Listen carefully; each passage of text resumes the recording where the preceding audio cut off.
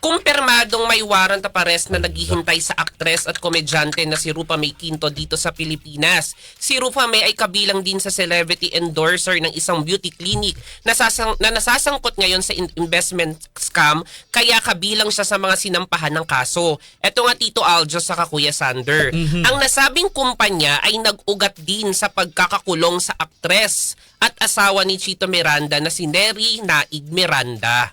Ayon sa abogado ng komedyante na si Attorney Mary Louise Reyes, nahaharap daw si Rufa May sa 14 counts sa paglabag sa SEC Regulation Code. Dilinaw naman ni Attorney Reyes, hindi nahaharap si Rufa May sa non-bailable sa kasong large-scale stapa. Sa Facebook story naman ni Attorney Reyes, maglalabas sila ng official statement ngayong araw. Nagpasalamat din ng abogado sa suporta at pagtitiwala kay Rufa May ngayong may pinagdadaanan ng komedyante. Sa ngayon ay nasa Amerika si Rufa May nang lumabas ang warrant of arrest para sa kanya. Diba lulusutan nila yan? Endorser lang sila eh. Oo, bakit nga sila... Hindi naman sila signatory.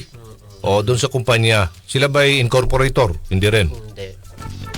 Yung kay Rufa May kasi, buti, ano siya, hindi siya non-bailable.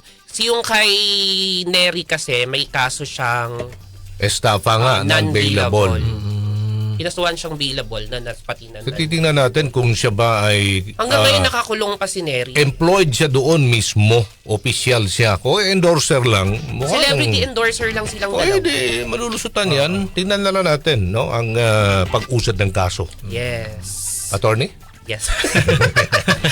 Attorney Josa. Attorney Josa. Maraming salamat, Tito Aljo sa Kuya Sander. Sana malagpasan ni Neri kasi parang ambassador dun sa magpapasko si Neri sa kulungan. Kasi ang next hearing pa niya ay January. So, yun lang, nakakasad na. Okay. Saka napakabait ni Neri, di ba? Tama. Parang tumutulong na nga siya dun sa mga taong nangangailangan eh. Tapos parang kinasuhan pa siya. Go, go! Go, go, go! Go, go, go! Tira! Kaya ni Rufa May yan! Ano naman yung tiwala tayo kay Rufa May? Go, go, go! Sabi nga niya, go, go, go! On the way na daw siya dito from Ew. America. Maraming salamat Tito Aljo sa Kuya Sander at yan ang entertainment news na nag-iisang Diyosa sa balat ng radyo. Ako si Diyosa yan, Tatak RMN.